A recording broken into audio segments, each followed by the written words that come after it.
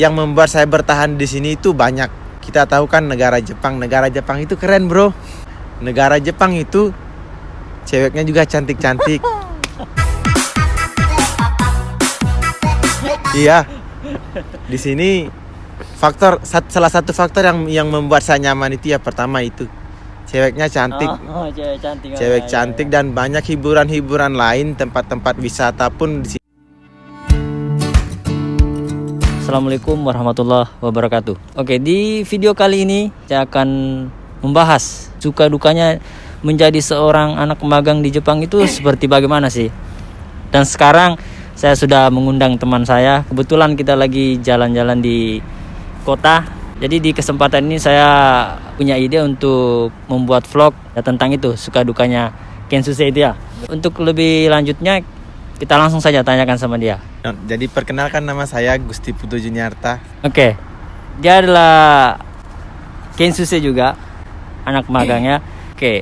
Untuk selanjutnya kita tanya jawab saja ya. Cerita magang di Jepang ini seperti bagaimana?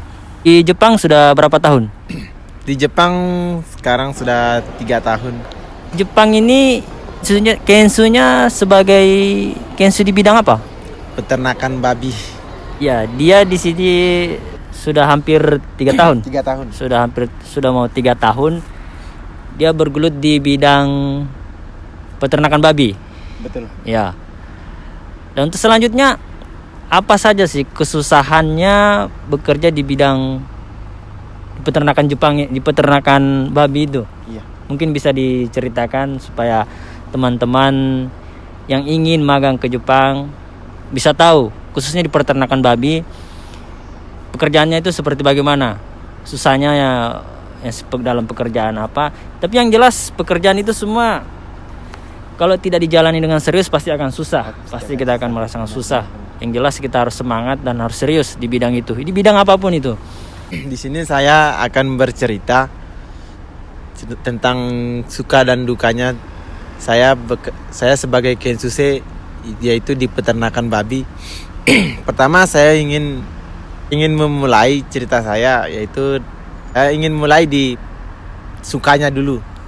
Sukanya itu ketika kita bekerja di peternakan babi ini. Pertama, memberi pakannya di sini sudah gampang, nggak seperti di Indonesia. Kalau di Indonesia mungkin kita memberikan pakan ya dengan cara manual ya. Di sini hanya menarik dan menekan tombol kalau di sini ya. Nah, dari gampangnya ya di situ.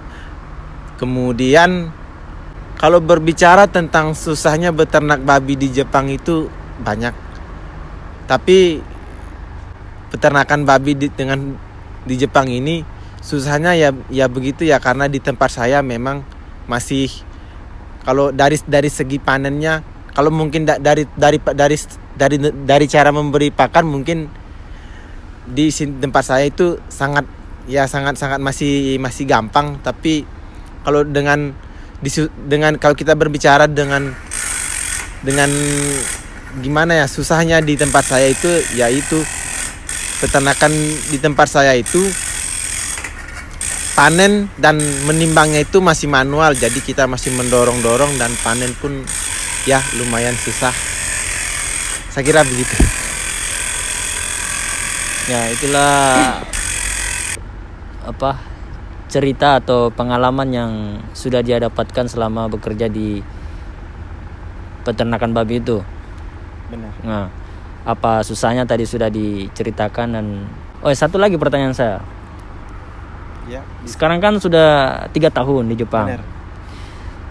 3 tahun itu bukan hal yang pendek ya, bukan jangka waktu yang cepat menurut saya. Itu cepat, mungkin ya.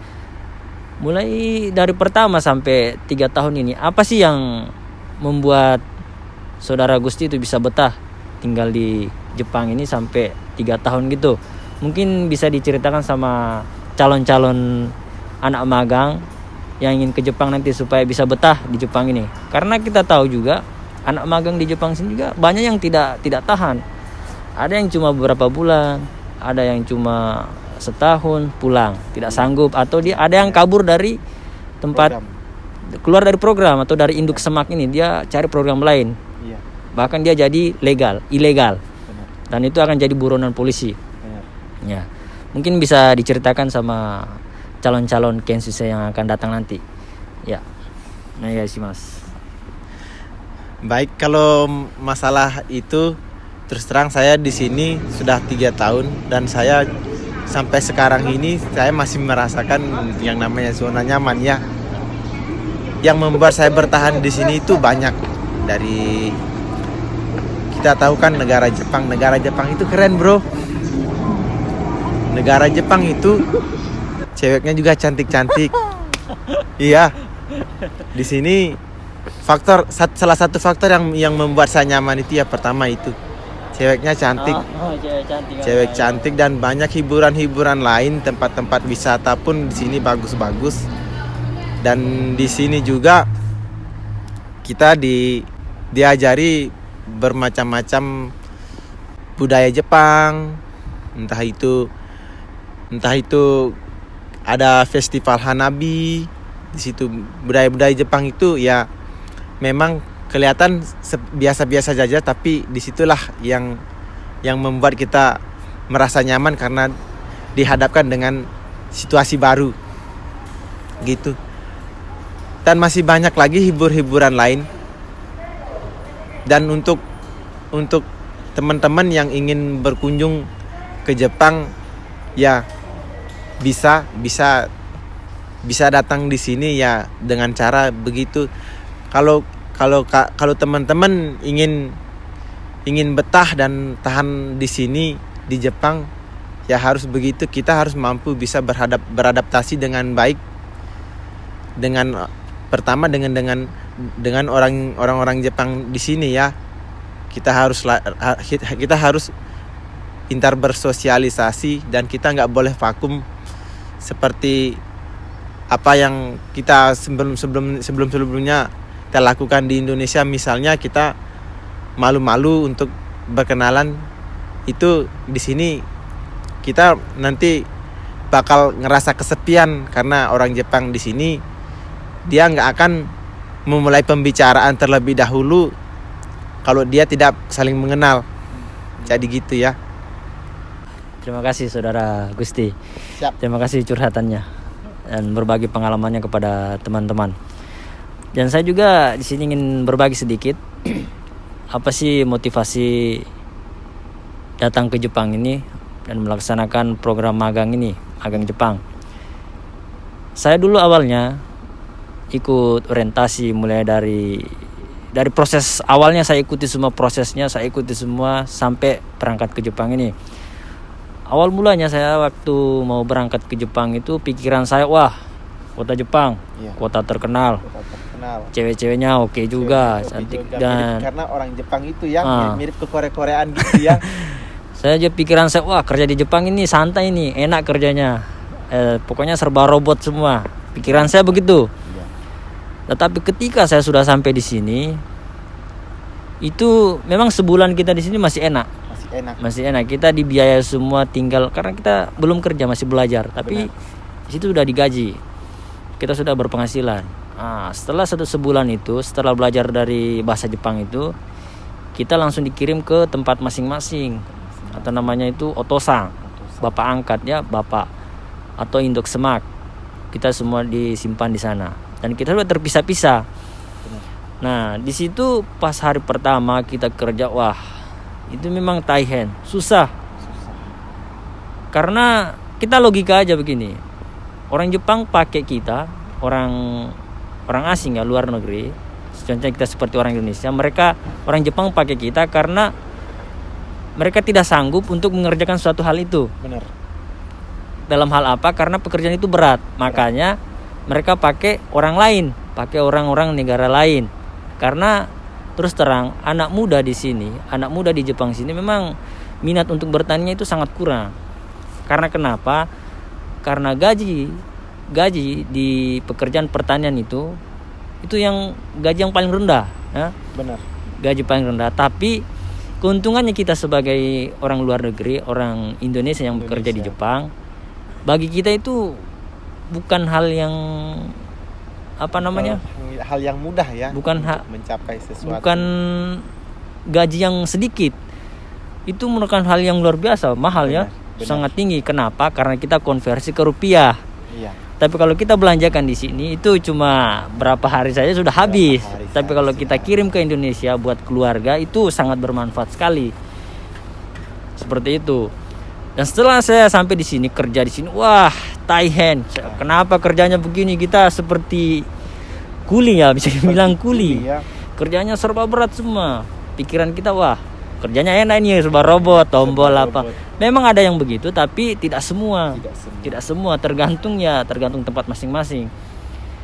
Dan saya juga di situ memang banyak orang-orang lain senpai dulu, senior dulu mengatakan bahwa di tempat kamu itu memang paling susah sekali di situ. Karena aksesnya juga di sana memang gunung, akses ke kota-kota memang susah, stasiun juga jauh. Setelah saya di sana kurang lebih 3 bulan sampai 8 bulanan, wah saya rasa susah sekali, sangat susah. Saya katakan wah saya tidak bisa tinggal di sini, saya tidak sanggup lagi kerja di sini. Tetapi saya pertimbangkan lagi, banyak orang-orang Indonesia, anak-anak muda Indonesia yang tidak ada pekerjaannya, susah untuk mencari pekerjaan. Dan sementara saya sudah sampai di Jepang dan saya punya penghasilan yang bisa dibilang cukup luar biasa. Dan saya berpikir, saya bandingkan kalau saya tinggalkan pekerjaan ini, saya pulang ke Indonesia mau kerja apa? Sebulan bisa nggak berpenghasilan seperti di Jepang sebulan? Kayaknya mustahil, susah sekali. Seperti itu.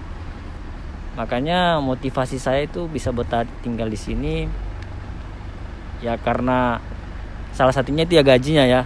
Kalau saya menurut saya itu, saya tidak bohong lah, memang gajinya tinggi memang. Kita kirim ke Indonesia memang lumayan lah. Bener. Bisa membantu orang tua di rumah, keluarga. Jadi untuk teman-teman yang akan datang ke Jepang, kalian pasti penasaran kan dengan gajinya kita di sini. Dan kita ndak akan bilang-bilang dulu. Kalau masalah gaji, kalian bisa datang dan buktikan. Kalau masalah gaji memang kita tidak bisa pastikan karena setiap otosang itu berbeda-beda. Beda provinsi, beda juga hitungannya. Benar. Beda provinsi kan, lemburannya juga beda begitu. Beda. Nah, saya lanjut lagi. Tadi setelah 1 tahun saya tinggal di sini. Nah, di situ saya sudah mulai rasakan yang namanya kenyamanan, mulai rasa nyaman. Kenapa? Nyaman itu ada ya? Karena kenapa saya bisa nyaman? Karena saya menyesuaikan kehidupan orang di situ. Kita harus menyesuaikan. Itu. Kalau kita tidak menyesuaikan, kita akan kesusahan. Kita tidak bisa menyesuaikan, kita sama halnya menyiksa diri. Benar. Kita siksa diri kita. Makanya kita harus bisa menyesuaikan. Ya, salah satunya dia pintar bergaul dan ya bahasa Jepang juga harus itu ya. Kalau tidak bisa bahasa Jepang ya susah bro. Bisa. Karena bagaimana caranya kita berkomunikasi dengan baik kalau kita tidak bisa menggunakan bahasa komunikasi orang di sini, seperti itu. Benar. Jadi intinya mau ke sini itu yang pertama harus semangat. Harus semangat. Yang pertama harus semangat, harus sabar, dan harus tahan fisik. Benar. Dan Nihongo, bahasa. Ya, itu. Dan harus serius sih pekerjaan itu. Jangan pilih-pilih pekerjaan. Jangan harus tanggung-tanggung ya kalau mau datang di sini. Karena mereka juga itu sudah bayar kita mahal. Jadi kita tunjukkan juga kita pekerjaan kita, tenaga kita berikan. Aplikasikan semua di situ. Bekerja juga jangan bekerja yang asal-asalan, jangan yang asal keluarkan tenaga ya, harus kita kontrol. Harus kita kontrol. Bagaimana caranya kalau dalam 1 hari 8 jam ya bagaimana caranya dalam 8 jam itu kamu bisa kondisikan tenagamu. Dalam 8 jam itu kamu bisa harus semangat terus. Ya, harus kita di mana ada saatnya di mana kita harus push tenaga kita, di mana juga kita harus bisa slow. Jadi harus imbang di situ ya. Seperti itu. Oke, mungkin itu saja vlog hari ini. Jumpa lagi di video selanjutnya. Saya akhiri ucapan wabillahi taufiq wal hidayah. Wassalamualaikum warahmatullahi wabarakatuh. Sekali sama Desta. Sekali sama Desta. Bye bye. Bye.